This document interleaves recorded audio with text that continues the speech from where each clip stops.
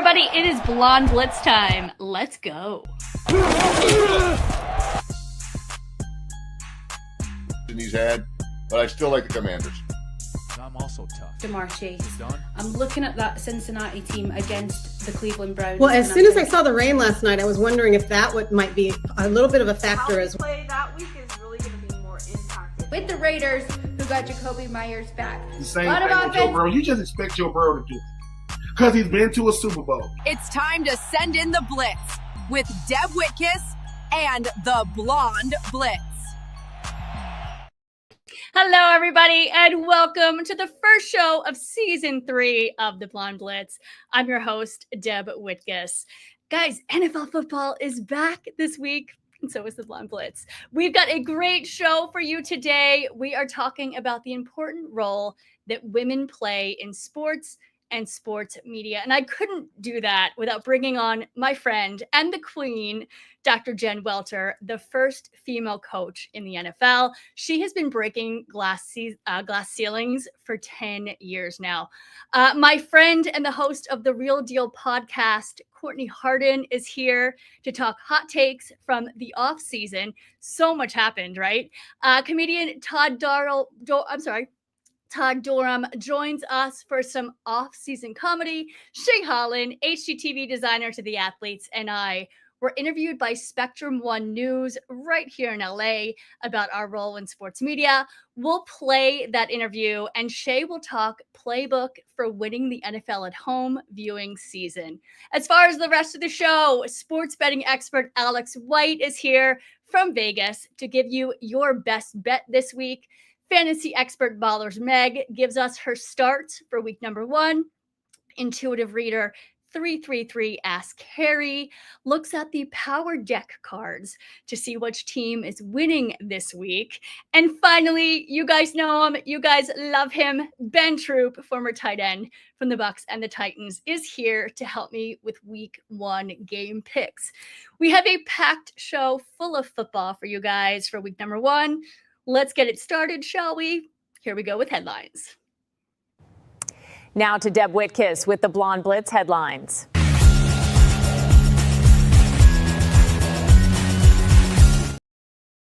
Hey everybody, here are your headlines for this first week of the 2025 NFL season. The defending Super Bowl champions, the Philadelphia Eagles, will begin the season by raising their championship banner in a game against the Dallas Cowboys at the Link. It was released yesterday that the team will not be on the field during the unveiling because head coach Nick Sirianni wants the team to look ahead and not backwards.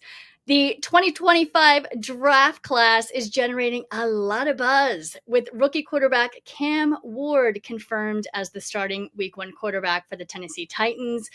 The dual threat QB enters the league after a 3,700 plus yard, 25 touchdown college season, though he'll need to overcome a Titans O-line that gave up an NFL high 64 sacks last year. Other rookies like Jackson Dart of the Giants, Tyler Shuck of the Saints are also expected to see playing time, while star running backs like Ashton Genty, Amarian Hampton, and Trayvon Henderson are also poised for significant roles. Key players like Lamar Jackson, Josh Allen, Brock Purdy, and Patrick Mahomes are looking to bounce back after a challenging 2024 season. The Washington Commanders are being highlighted as a potential Cinderella team. I agree, with second-year quarterback Jaden Daniels and the addition of receiver Deebo Samuel. Of course, wide receiver Terry McLaurin just signed a 3-year extension up to $96 million. That should help too. A significant rule change for the 2025 season: allow teams that are trailing behind to declare an onside kick at any point in the game, not just in the fourth quarter. Finally, other noteworthy storylines: Aaron Rodgers is entering his first year with the Pittsburgh Steelers. He signed a 1-year deal up to $19.5 million. He starts off facing his former team, the New York Jets. And finally, Saquon Barkley is set to build on a strong 2024 season with the Eagles. He was just named the number 1 player in the NFL in the top 100 players list of 2025. All right, guys, that is your headlines for week number 1 of this NFL season. Let's go.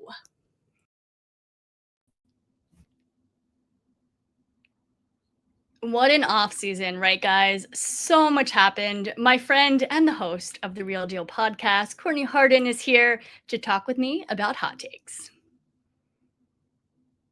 Next caller is Deb Whitcas, who says she has some really hot takes.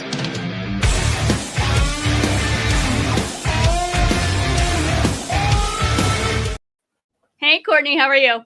Hey, what's up, Deb? How are you? Happy first NFL week 1.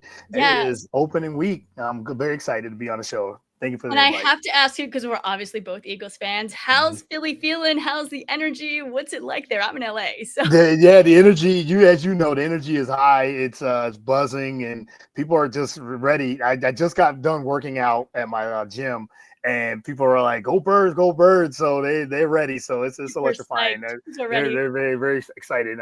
Exciting times here in Philly. I love it. I love it. I love that the banner is going to be unveiled, and yes, the first game is Dallas, and we'll get to that in a second. First, though, the show today is all about the important role that women have in sports and sports media. I know in your podcast you have a ton of important and very talented women on your show weekly. What impact do women have in sports?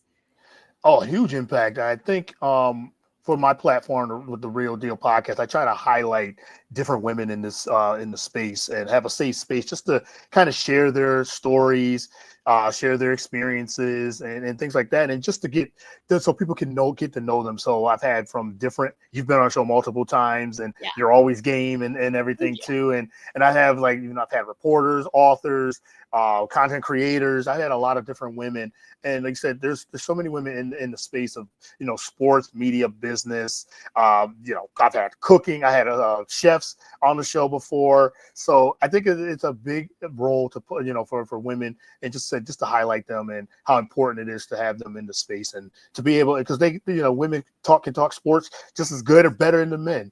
And I always say too, I want to get to a point where it's not just men and women, it's just whoever is the most qualified. We just say that person could do it. Absolutely. But I think they play a significant role. And I think we are getting there. We're definitely not there yet. But right. I mean, we're definitely on the up, and more and more attention is being brought to women in sports. Yes. And it's a great time, and I cannot wait till we're equal. Yes, for sure. But some people who aren't equal is the Philadelphia Eagles and the Dallas Cowboys. Yes, for sure. Because Micah Parsons is no longer a Dallas Cowboy. He is now a Packer. Happened, last week. The Dallas traded for defensive tackle Kenny Clark and 2 future first-round picks. Did Dallas screw up? Which team won this trade? I think Green Bay really won this trade, especially for the short term. I know they signed him. I think as soon as the Cowboys traded him, they signed Micah Parsons to the biggest deal, non-quarterback deal as well. So I think that Green Bay, they needed some help on the defensive line. Now they got one of the most premier pass rushers in football, and I really feel like Micah Parsons was Dallas Cowboys' best player. Absolutely, he's one of the best players in the entire league. Yes, right. So I know some Cowboy fans might think Dak Prescott or CeeDee Lamb, very talented, but it's Micah Parsons, and he's a difference maker. And I didn't like the way it ended for him in Dallas, because he always wanted to be a Dallas Cowboy. And I think we talked about this on my show a couple weeks ago, and we were talking like this felt more personal. But Jerry Jones is going to do what he wants to do, and he felt like that was the best for the team to get rid of one of his premier players. And we'll see. I still feel like they didn't get enough either. I don't think Dallas got enough. 2 firsts and a player. Not even close. Right. Yeah, I definitely think Green Bay won this trade. Micah Parsons is one of my favorite players, in the entire league. And I actually did see Parsons I was at the Dallas training camp covering the Rams this season, and they did a joint practice. Parsons was there. he didn't play, but he was there. He was suited up. I saw him talking to Andrew Whitworth. Like, they had a long conversation kind of on the sidelines. And all of the Dallas media that I spoke to had said they thought Jerry Jones was going to, give him a deal. They just thought Parsons was staying. And when he got traded to Green Bay, I think we were just all shocked, Yeah. No. It was a big shock. It was a big shock. I got the alert when I was on vacation, got the alert. And they just said Michael Parsons was traded. I was like, what? I said, what's going on? Who would he get traded to? I was like, I said, did the Eagles pull the trigger and really get him? That would be amazing. But I thought that, but then they said Green Bay. I said, it makes sense. And the Packers are going to be a great opponent, and really they're going to be really good. They were good last year, but they're going to be really good, especially if they can stay healthy. So Michael Parsons definitely helps. Absolutely. Sure. Well, and let's talk a little bit about the first game happening tomorrow, Thursday.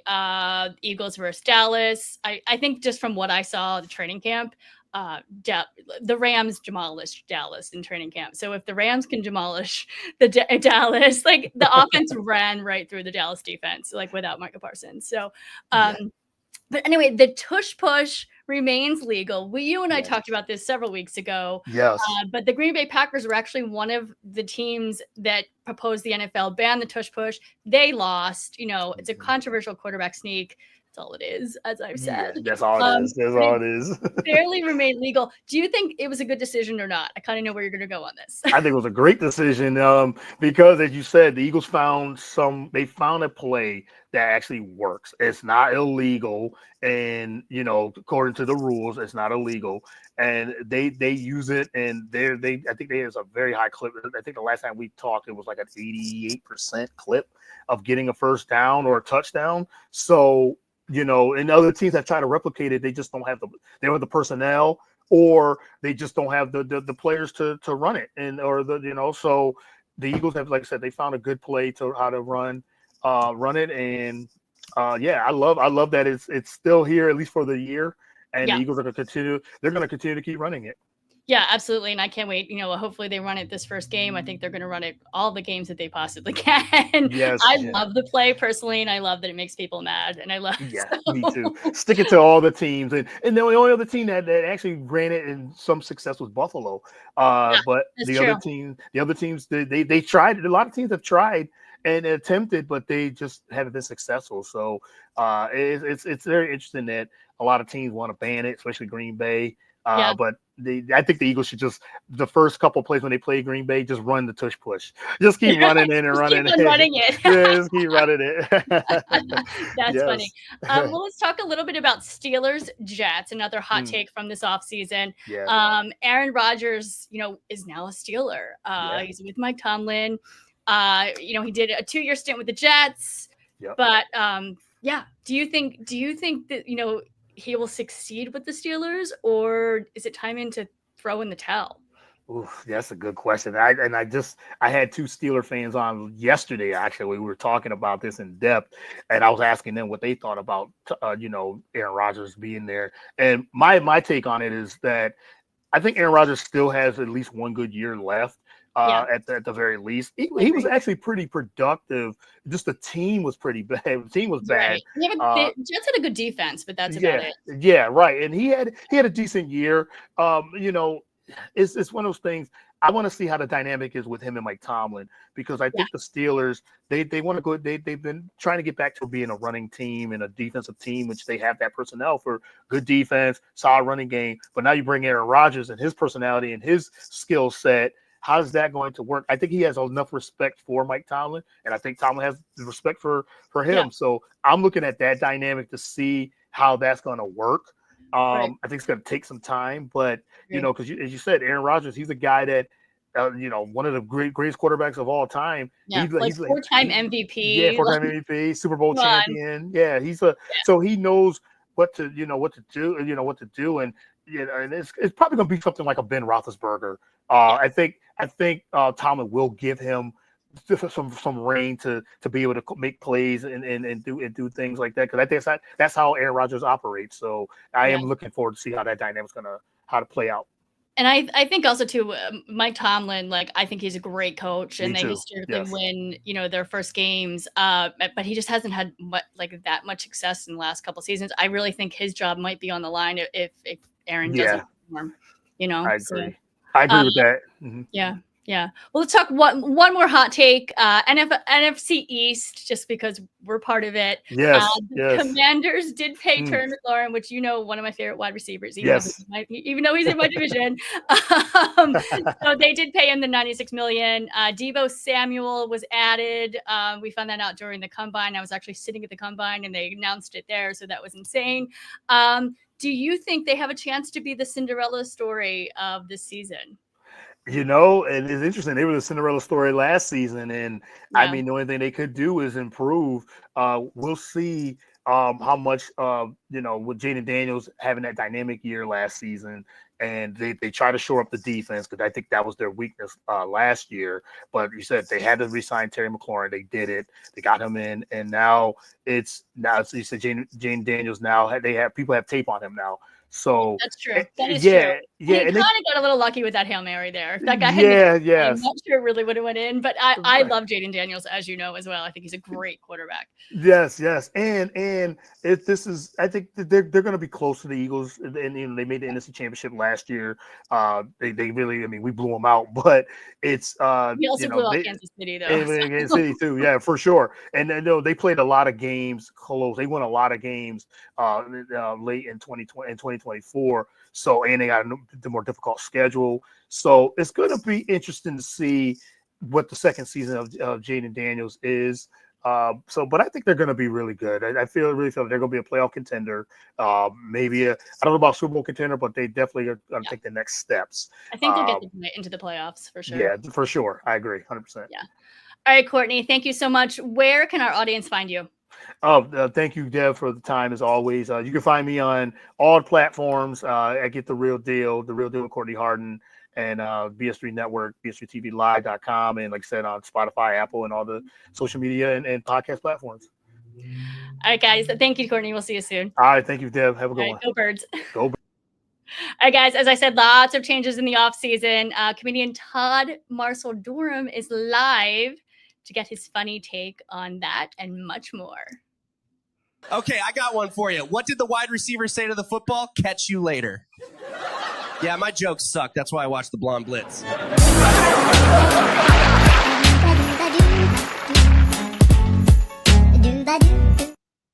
Todd, hi. Hi, how you doing? That was me. I was the guy in that video. So that was my joke.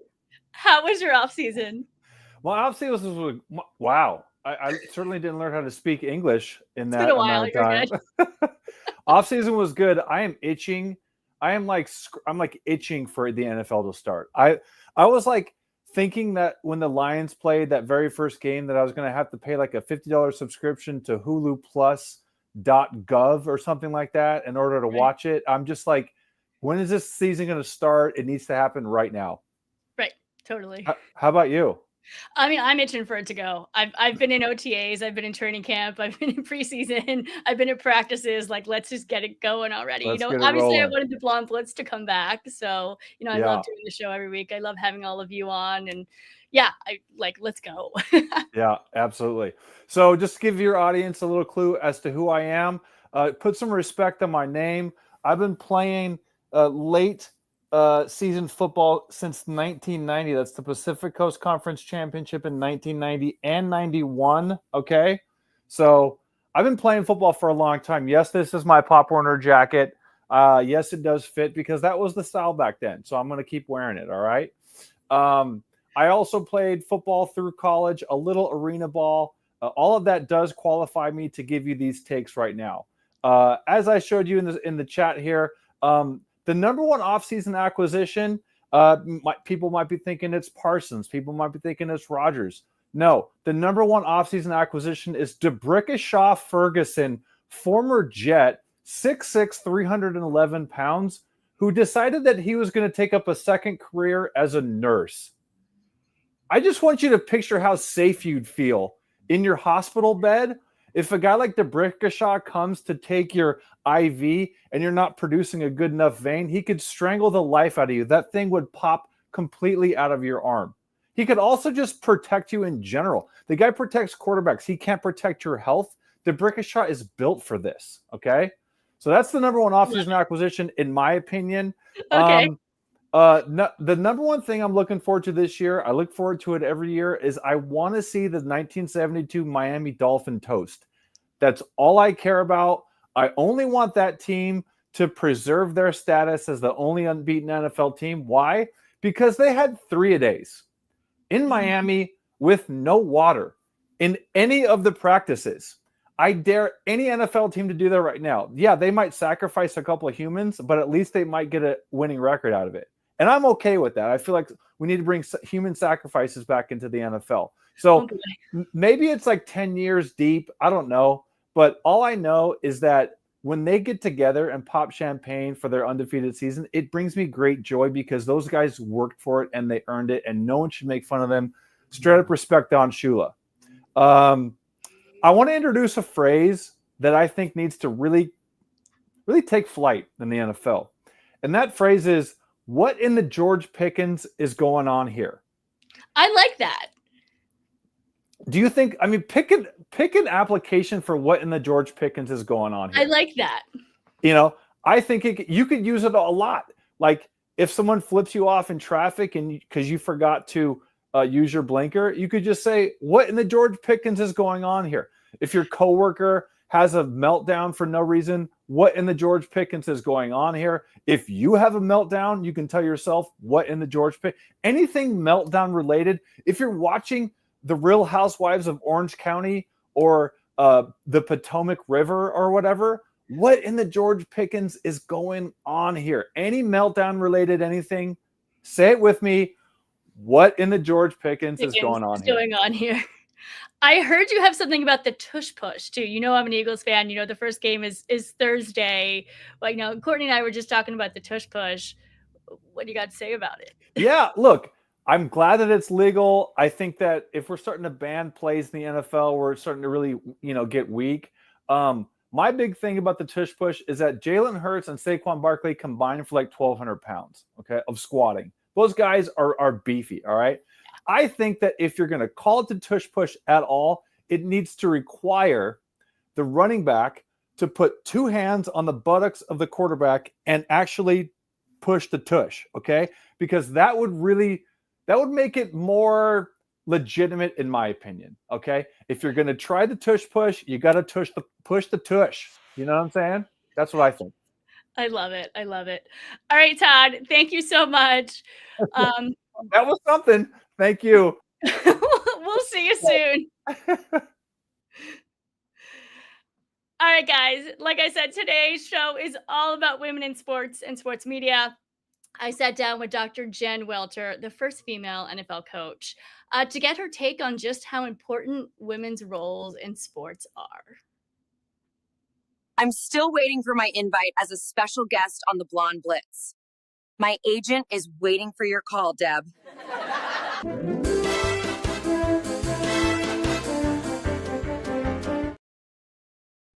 Thanks for coming back to the Blonde Blitz. You know, I couldn't do a woman in sports show for the premiere without having the queen. I think that just means I'm old in sports, Deb. I think that's all that means when you say the queen. I'm certainly not the princess. You could be the princess if you want. Somebody else could walk in those glass slippers. They do leave marks. So, Here we go. Here we go. My first question, why are women essential in sports? Well, I think women are essential in everything. And yet, at times, we've not been included in the conversation in sports, right? Whether it be, looking at the women's sports movement as a whole, which used to be 4% of media coverage goes to women. And now I think we're up to 15. Mm-hmm. Maybe I saw the last report, which is great progress. We've tripled it. And yet we're still not talking about that it should be close to 50-50, right? So we're seeing leaps and bounds, but we've still got a lot of bounding to go. And maybe it's rebounding because it's the WNBA that's kind of been leading that charge along with the National Women's Soccer League. But I think we're needed in so many ways. One, we as a society cannot tell girls that they can do everything boys can do and show them something completely different, whether it's a very visible lack of women sports being coverage, right? Like, you know, our sins of omission. And that has been a big sin of omission. So we're telling them this, but then we're showing them that they actually should, if they want to be on TV or make lots of money, you know, to follow the Kardashian model, which, you know, God love them. They've made that's true. I haven't, but I don't really want the model for female success to be women portrayed as an accessory to a man's success as opposed to an instrument of her own success, right? Absolutely. And every time we show an Ilona Mara, we're showing her she can be badass and beautiful and be at the top of her game, not someone else's game, right? Like we're showing that, and then we're putting, you know, basically our money where our mouth is. Finally, we're paying some of these women. So like, we've got to show them. Then when you talk about, you know, I love the women in a man's domain, because apparently they own the whole thing. The whole pie is theirs to be consumed, right? Why are we assuming that men are inherently better just because they're men, right? Like, so when we talk about it, why do we need women in sports? Well, we need the best. Right. And that may be equality men, but if we're starting by only looking at 50% of the population, can we say that we're absolutely attracting the best talent? Arguably, we can't, right? And then in addition, let's talk about communication styles and relationship styles. There are guys who inherently, maybe they didn't have a dad in the home. Right. This is just one scenario. And they were raised by very strong women. And they have a more adversarial communication style with men in their life, maybe who have left or who they didn't learn to take instruction from. And they learn very well from women. Should they not have the opportunity to hear from women, be coached by women, be supported by women when that is their comfort zone? And I know personally, I've had players tell me that it's hard for them sometimes with the inherent competition of a guy when you're stepping on his toes or taking his thing, where there's not an inherent competition with a woman who maybe that communication style, which doesn't have to be male or female inherently, but often is more empathetic and cooperative, right? So let's just realize that diversity as a whole, and realizing that not everybody takes the same coaching in the same way, does the same things in the same way, or looks at the puzzle from a 360 standpoint if you're not including those alternative viewpoints. So let's just start there. Right. And you mentioned coaching.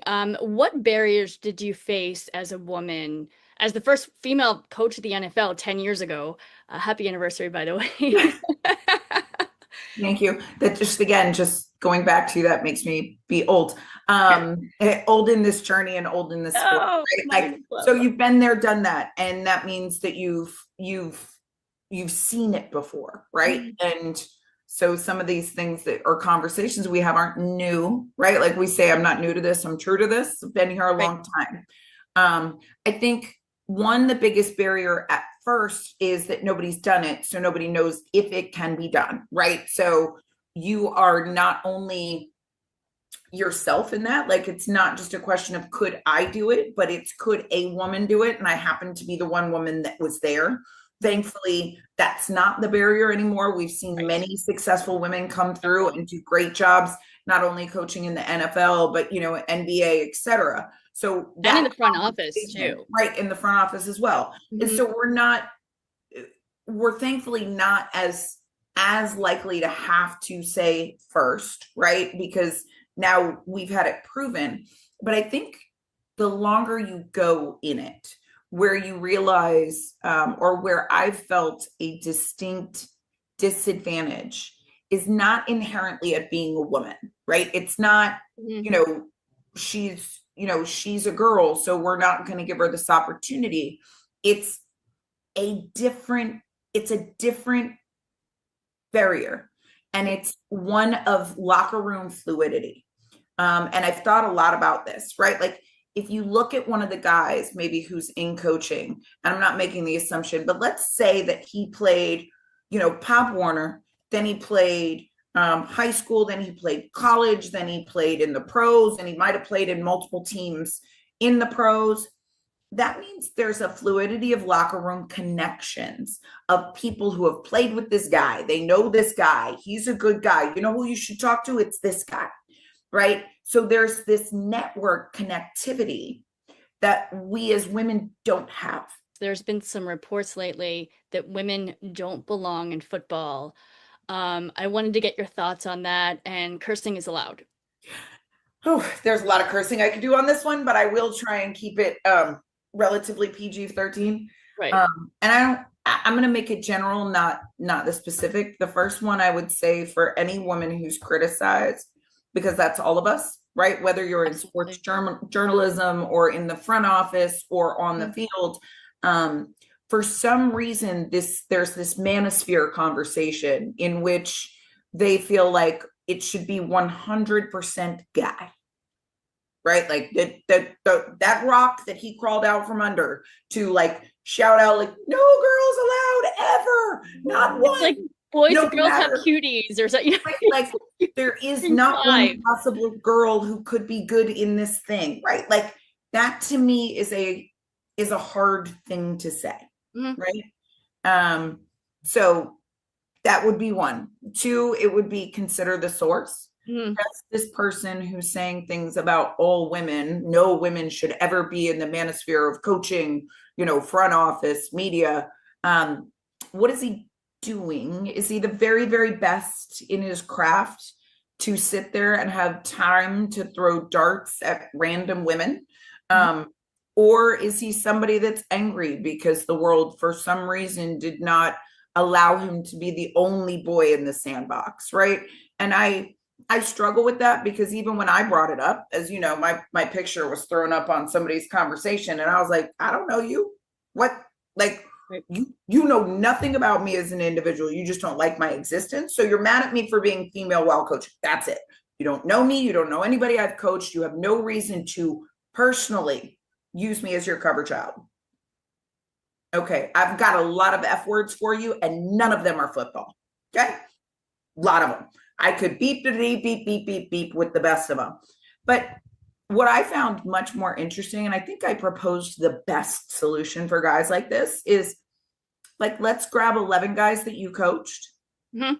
I'll grab 11 players that I've coached, right? And let's see who really wins this thing, because I quickly had a few players who I've coached who you don't want to face on the other side of the ball. Right? Like, did you see Zoe pop up here? He was the first one. He's like, me. This guy's a Pro Bowler. He is that dude. You don't want to see him? Peter, tell me. I've seen you at Super Bowl. You have the guys coming up to you. Hey coach, how are you? Good to see you. I mean, it happens all of the time. Right. I mean, I could grab, like, I just had CJ Avery. He's playing right now in the CFL. He could be one of my middle linebackers. I could have who else? Oh, Kenny Dimmons just popped in, sent a message coming into this video. Kenny would line up. Kev Minter, like DM, you can't, like, you don't want to see my guys. You don't want to see Peter Talmafino coming off the edge, who's been an MVP in the now UFL and in the XFL, quarterback slayer. You don't want to see these guys. And by the way, they've all lined up for me. And, they disagree with your whole thesis that women just flat out don't belong in football. So if you can say it, if you could throw those darts, like, bro, let's line it up on the field, because as a football player, that's how we solve things. All right. Well, we will see if that particular person takes Dr. Jen Welter's proposition there. I will be on the sidelines for that game for sure. All right. Speaking of women in sports, Shay Holland, HGTV designer to the athletes, and I were interviewed by Spectrum One News in Los Angeles about the roles women play in sports media. Check it out. Lines in the studio or sitting at home, women are changing the game on how sports are covered. Our Ray Williams is in studio, and she has more on the story. Good morning, Ray. Yeah, Kelvin, good morning. For decades, sports media has been built around men, but women are claiming their space not only on the mic, but in the audience, infusing lifestyle, fashion, and so much fun mixed right in with the nuts and bolts of the sport itself. So I went to find out what exactly is in the playbook. Exactly. The mics open and the voices of two sports podcasters fill the set at Studio Place LA.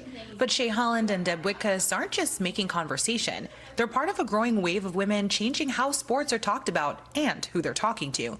And for Deb, who is the creator and host of the NFL podcast, The Blonde Blitz, it's about time. 44%, if not more, of NFL fans are women. And so it's just great that the media is now focusing stories and focusing content for women. And I just never thought when I was younger I would ever see this day. And I'm so excited that it's here. A study by Wasserman's The Collective estimates that 75% of women are sports fans. Deb says that shift also proves what women have always known. Everyone thinks, oh, you're a woman, you don't know sports. Like, no, that's so not true. Sometimes the women know sports sometimes as well as, if not better than the men. We get the X's and O's, and I think the media knows that. For fans less focused on touchdowns and tackles, Shay offers a different angle, bringing her background as an HGTV host to the arena. This was just the perfect timing and the perfect way to be able to say, okay, how do you set up your home for the watch party?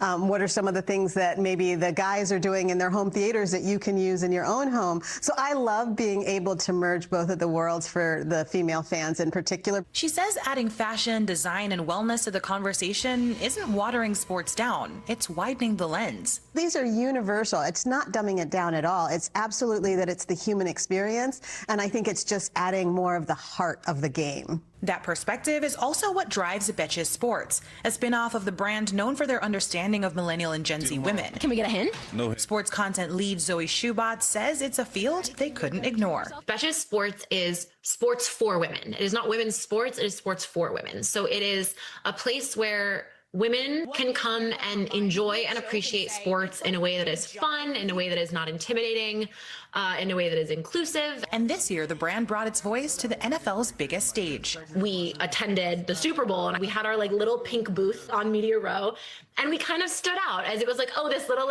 beacon of pink light among all of these other media sources. And I'm so excited for the day when there is not just one little pink booth there, but when there are multiple. And I think that it's creating kind of a level of depth to sports coverage that we haven't really seen before. And Shay agrees, female fandoms can only lead to bigger connections. Sports is a great unifier, just like our homes are a great unifier. Just like we invite people to our homes oftentimes, we want to gather together. What better way to do that than around sports? The next play in sports, women shaping the coverage and the crowd. Industry watchers say the shift isn't slowing down. It's actually the start of a permanent change in how sports are covered. I personally love this, especially the fashion side of it, the courtside fashion, the players' fashion. I think it's a great time to be a sports fan, especially as a woman. Yep. Well, I have no disagreement there, Ray. Thank you so much. All right. All right, let's bring on Shay Holland.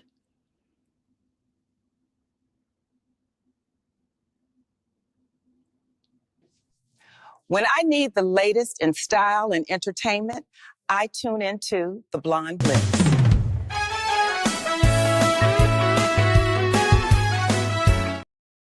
Hi, Shay. How are you? Hey, it is so good to be back with you.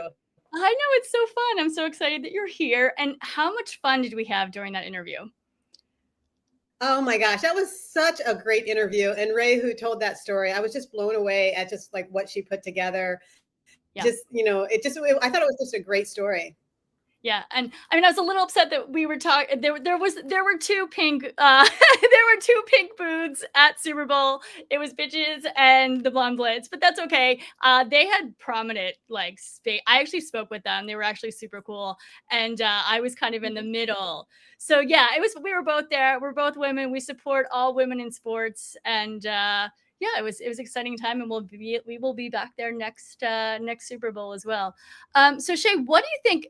44% of women are NFL fans, 75% of women identify as sports fans. Are those stats surprising to you? They're not surprising to me. I think what's surprising, or in a good way, is just how much attention is now going to it.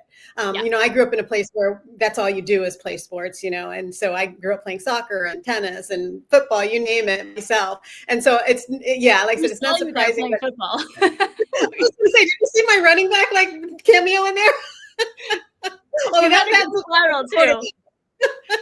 I could be dual running back and quarterback. There we go.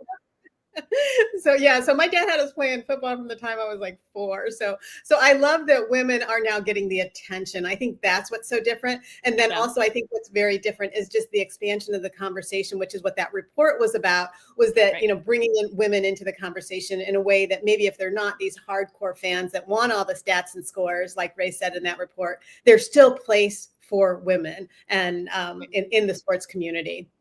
Well, and for those women or anyone who's new to the game, what are some essentials for at-home viewing, beyond TVs and beyond the team colors? We know all that. Yes, of course. Because we are getting such an influx of women now hosting their own watch parties at home and inviting friends over. And part of that, yes, we've talked about it, the Taylor Swift effect, not going to lie. Hey, but whatever brings women in, Yeah. Love the NFL has no complaints whatsoever with that whole new viewership. But some of the things they're going to want to watch out for if you are new and maybe this is your first year, besides just like Deb said, that TV, your audio quality is extremely important. Your lighting is really important. If you don't want lights glaring on the TV, so you want to check that you can put your lights on a dimmer. And these are things you can do right now before the kickoff. You can definitely check your shades and make sure they close all the way if you need them, so you're not getting glare from sunlight. And for your audio, you want to just do some sound dampening, like maybe make sure the room has rugs so you're not getting this echoing, especially when people are standing up and screaming and cheering. And you want some soft goods. Yes, exactly. A lot of people get that echo, and the reason is they don't have enough soft goods in the room. And all that takes is just some blankets and some rugs and some pillows and some maybe some draperies. Just those soft things will dampen that echo effect. And so those are some of the other things that you're going to want to watch out for if you're just now starting to think about hosting your first watch parties, or if you just want to make sure yours are going to be a massive success this season. Right. We'll talk about, massive over here at the Blonde Blitz. We like to go over the top a little bit. If they really want to elevate their at-home celebrations, what are some over the top ideas? This is where Pinterest is your best friend. There's so many great ideas on there, but some that I have not tried that I do want to try this year. I love the idea of some sort of a food bar, like a taco bar, and just allowing people to just come and make their own and just, really going all out with that. I love the idea of maybe bringing in a popcorn machine and having taco shell, like football taco shells or something.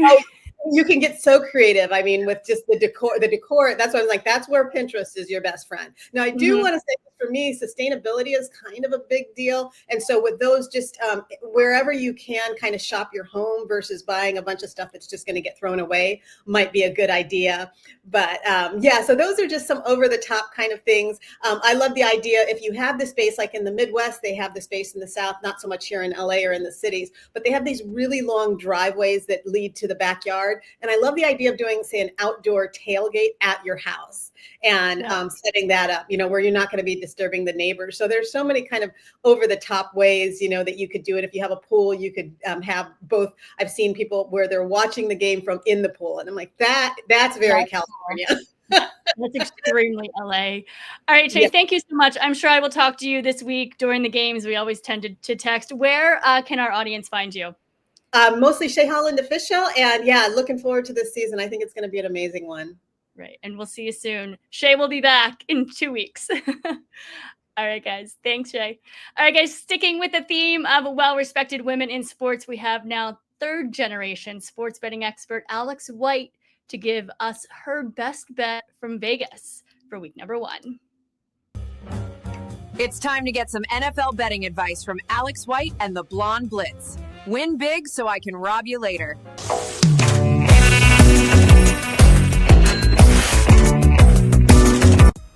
Hello everyone, we did it, we made it, it's football season. I'm excited about another season of the Blonde Blitz. Deb, thanks for having me back. I'm Alex White. I am a third-generation handicapper, grandfather and father, both professional sports bettors. I won a big contest, 2022-23 college football season. Last year finished second in some big ones here in Las Vegas. Excited to give you some betting tips throughout the whole season. Looking forward to this one. 2 teams I'm pretty high on, one from each conference. AFC, it's the Denver Broncos. Sean Payton really put a stamp on his team last year, got his quarterback in Bo Nix. I think they can compete for that division. Watch out for them on a week-to-week basis.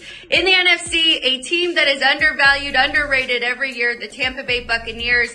Still one of the weakest divisions. I don't think the Falcons are going to take that big of a step. Carolina either, and the Saints, well, they don't really have a quarterback right now. So Buccaneers, watch out for them. I think they're going to be a great regular season team, maybe even win that 1 seed. So watch out for them week after week. Going into week 1, the team I like the most, the bet I like the most is the Raiders, getting 2.5 points at New England. While I do think New England will improve, and we saw some good things from Drake May, I think the Raiders have done a fantastic job in their offseason. Geno Smith, now the quarterback, Pete Carroll, head coach. I think they're going to go in there and really are live to win this game. So plus 2.5 with the Raiders in week 1. Appreciate being on the Blonde Blitz. I'll see you guys again next week. Good luck this weekend and bet responsibly. Thank you very much. All right, thank you, Alex. I might have to change my bet now. I have the Patriots over the Raiders. I might have to think about that one. All right, of course, we cannot talk sports betting without talking fantasy. Here's a new addition to the Blonde Blitz, fantasy expert Baller Meg with who you should start for week number 1. When I'm looking for fantasy advice, I listen to Meg from TSS Fantasy.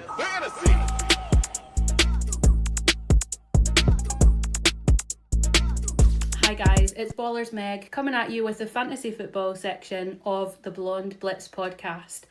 So I'm going to give you some hints and tips, advice for what I'm going to be doing with my fantasy teams this week and who I'm looking out for, what players I've got my eyes on, just so that we are going into week 1 on a positive. So as with any season, we don't know how these teams are going to look. We've not seen them on the field yet with all the changes, with the rookies, the new additions, the movement, all of that that's happened during the off-season and training camp injuries, etc. all have an impact on what that team is going to look like. So my best advice, and the rule that I always live by, is to stick with the players that are getting the best reputation that you know consistently can show up and show out. So starting with looking at the games, I'm thinking about that Eagles-Cowboys game on Thursday night.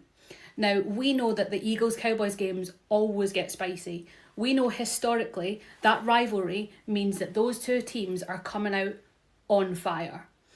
I'm looking at my quarterback and I'm thinking Jalen Hurts is a really good shout for this week.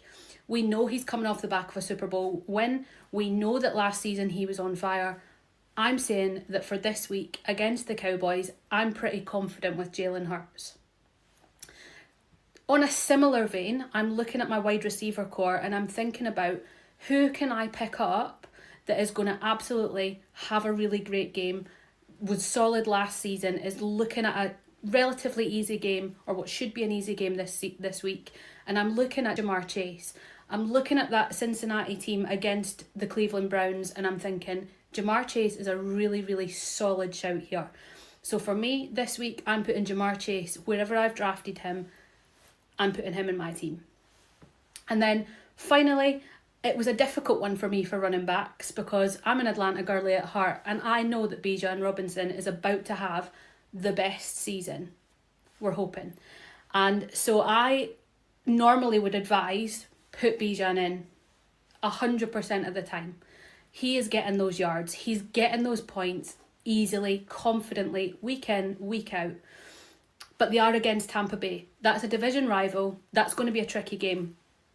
We know that last season they were both closely fought out games, and whilst the numbers were high and Atlanta won both games, it's not necessarily the safest of picks. I personally will be using him and I'll be putting him in my team.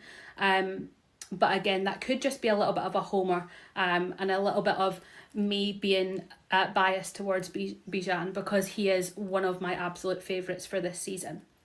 But I'm also going back to that Eagles-Cowboys game, and Saquon Barkley looks incredible against the Cowboys. I mean, most people do, but especially this week, I'm thinking Saquon's got a really good shout at coming in hot, getting those points that you really need.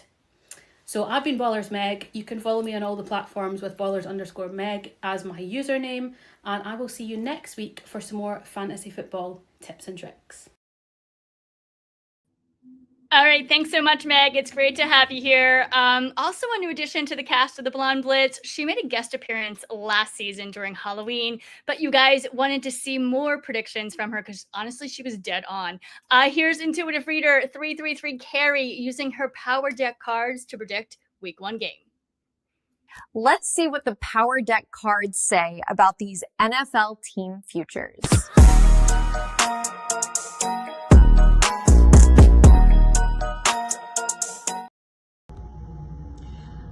Hi everyone, Carrie here. Thank you, Deb Whitcas, for having me on the Blonde Blitz. I have some predictions for you. I'm going to be doing the Houston Texans versus the LA Rams game, and also the Seattle Seahawks versus the San Francisco 49ers. So let's get started.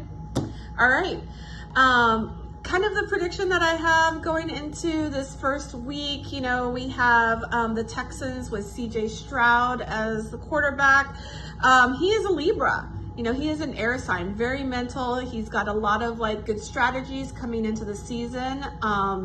He might be feeling like a little bit lowered energy though, is what I kind of pick up.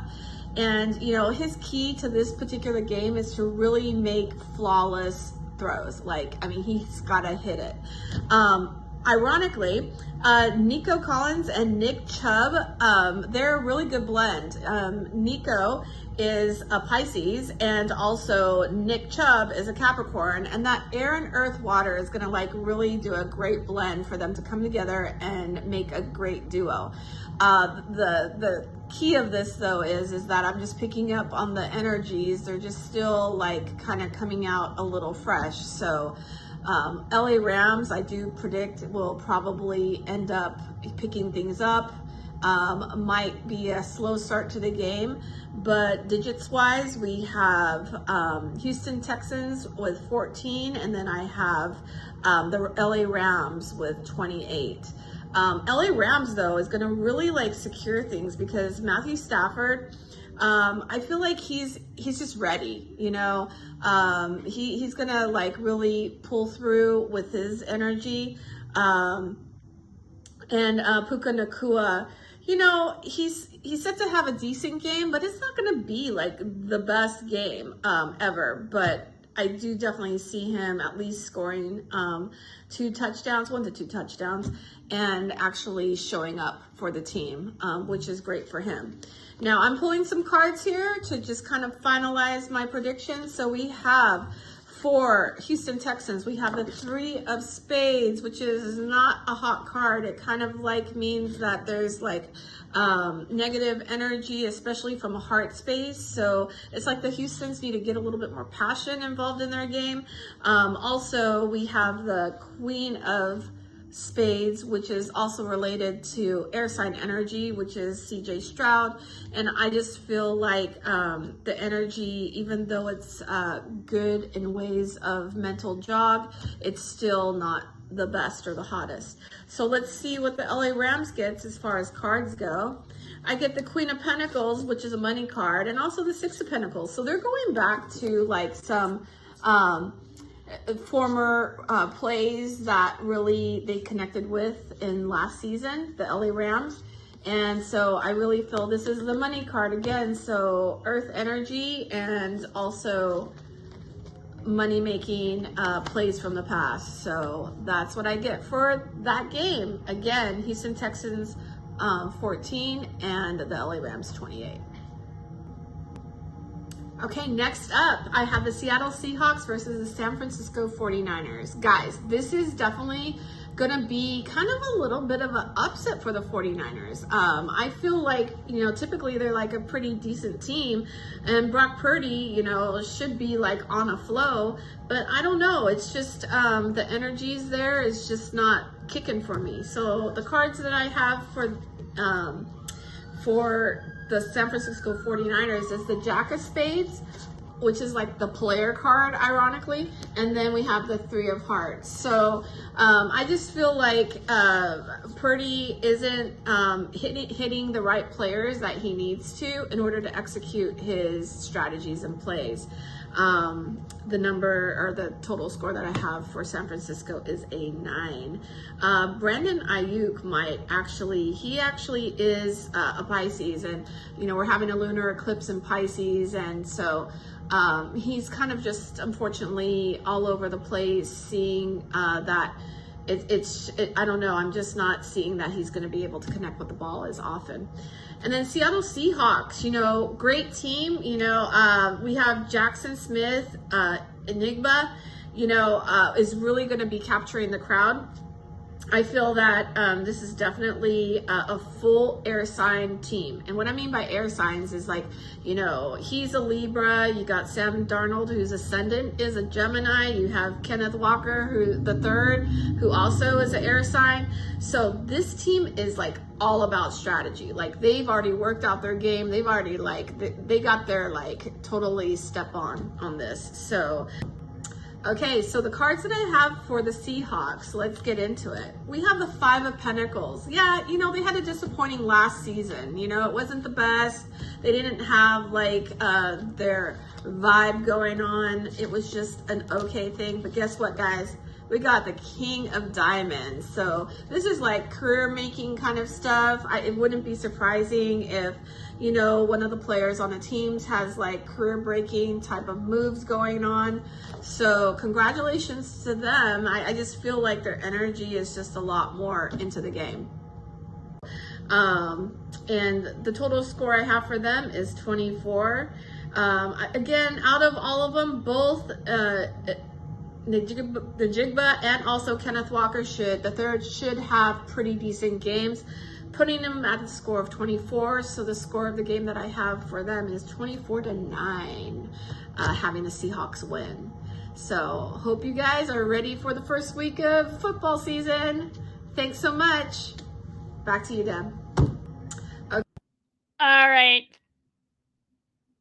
Thanks, Carrie. All right, guys, he's been patiently waiting backstage, and we're going over a little bit on today's show. I'm so excited to have him back for season 3. I cannot even tell you. Former tight end for the Buccaneers and the Titans with his week 1 game picks. Everybody, Ben Troupe.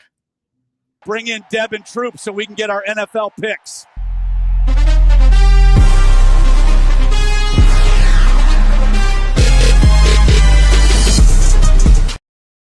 Hi, Ben. How are you? How you doing, Deb, man? I'm glad to be back on with you. What, season 3, huh? That's dope. This is season 3. It's crazy, right? How was your off season? Yeah, it was busy, but the kids back in school now. I mean, I get to talk a little more trash because football season. I get to talk trash from different angles, though. Not really from my Falcons. They ain't gonna do too much. My Gators. I mean, they won week 1, but I'm just happy that football is back. I thought about your Gators actually with that game. I was like, oh, Ben's going to be really happy. All right, well, let's get started. We're running a little late today. Eagles, Cowboys, Thursday night football. Who you got and why? It's going to be Eagles. It was going to be Eagles with or without Micah Parsons. I know he's moved on to greener pastures. I mean that, no pun intended. But I just think this Eagles team was on a mission. I know Dak and CD and George Pickett's going to be wanting to show off that new offense. Problem is they don't play defense. Saquon Barkley got voted #1 player in the players' top 100 for a reason.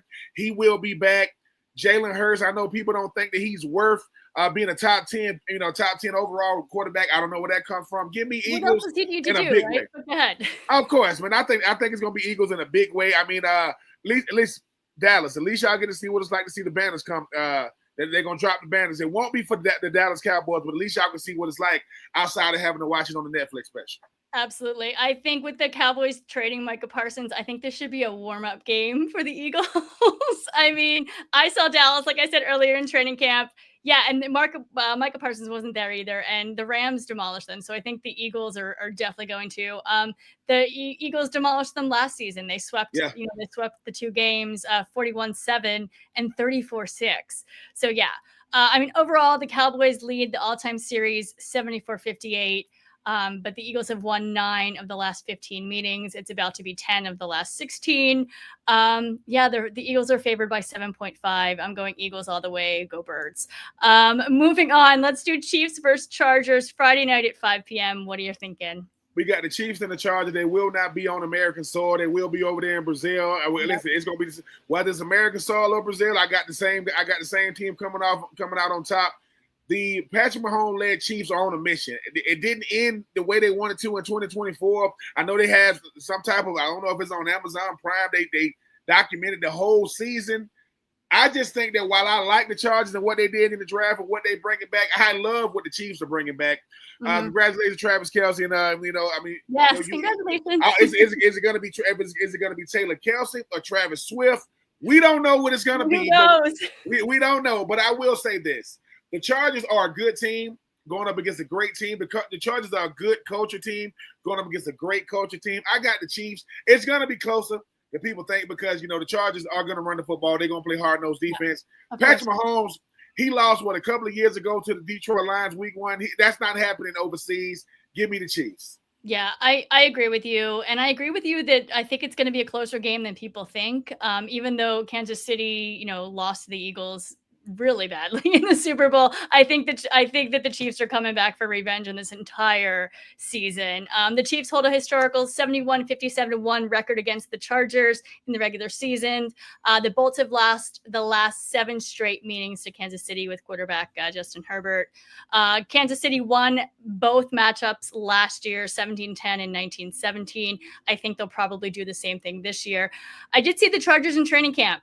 To be honest, I wasn't really that impressed. But I love Harbaugh, and I think he did a great job last season. I think they'll do even better. I love me some Ladd McConkey, Quentin Johnston. I've always been a fan of him, and Keenan Allen's back. So we'll see. And I do think Justin Herbert's a good quarterback. He just kind of shit the bed in the playoffs last season, but I do think this will be a closer game. Chiefs are looking to bounce back. Chiefs are favored by 3. I'm going Chiefs as well. So we have now agreed on 2. Let's go Steelers versus Jets Sunday at 10 a.m. What are you thinking? This is gonna be the so you want him over me game. I mean, this is ex-girlfriend game if you want to look at it that way. So Justin goes to the Jets, right? And Aaron goes to Pittsburgh. They just flip-flopping. I love Aaron Glenn. I think he was a great hire. I think he's going to be really, really good. It's just not going to be good from the start. I think this Pittsburgh team. How you going to pass? Who you going to throw to? I mean, you talk about Joey Porter Jr. You talk about Darius Slay. You talk about Jalen Ramsey, and then you look at the fact you're going to have Jonnu Smith and Pat Freiermuth to go along with that mutant known as DK Metcalf. I think it's going to be a good game, but I just think it's going to be too much Pittsburgh at the end. I mean, T.J. Watt got his money. I know Cam Hayward won his money. I believe a guy like Aaron Rodgers, understanding his legacy, it's probably going to be his last year unless something crazy happens. Not saying he's going to go out winning the Super Bowl, but he's going to remind the whole world, I'm still Aaron Rodgers until I'm gone. I got to give me Pittsburgh. I agree with you. Also, too, Mike Tomlin's crew, they historically win the first game. I think the trend continues with this game. The Pittsburgh all-time record is 19-7 in Steelers' favor, when they do play the Jets. Their last matchup was on October 20th, 2024. The Steelers won 37-15. Steelers are favored by 2.5, 3 points. I think it's a Steelers game for sure. All right, let's go Lions versus Packers. Let's talk about Micah Parsons Sunday at 1:25. What do you think? This game was going to be interesting if you didn't have Micah Parsons, right? I agree. But the person nobody's talking about, I know that Green Bay got Micah Parsons, but the Lions got a healthy Aiden Hutchinson. I don't know who I would pick, of the two. But here's the thing. I just think that right now the class of the AFC North runs through Detroit. I love Jordan Love. I love Josh Jacobs. I know they got Matt Golden, in the draft. Love bringing over Micah Parsons. Micah Parsons is a pass rushing specialist. He does not stop the run. And last time I checked, Detroit got not 1, but 2 running backs he's gonna have to deal with. I think. Listen, when you starting out with these division foes, it's always gonna be good when Green Bay play the Detroit. I just think there's a different Detroit-led team. Love Jordan Love, but I think that guy over there, Jared Goff, give me Amon St. Brown, give me Jameis Williams, give me Aiden Hutchinson, and give me the boys from Detroit. Yeah, I agree with you there too. I think the Lions have this one. I'm excited to see what the Lions do this season in the NFC. The all-time record is Packers 106-78-7. and I'm interested to see, how this Lions offense does handle Micah Parsons. But also, like, Micah just got there. So it's a new playbook. Like, how, like, he's so many schemes to learn. So we'll see.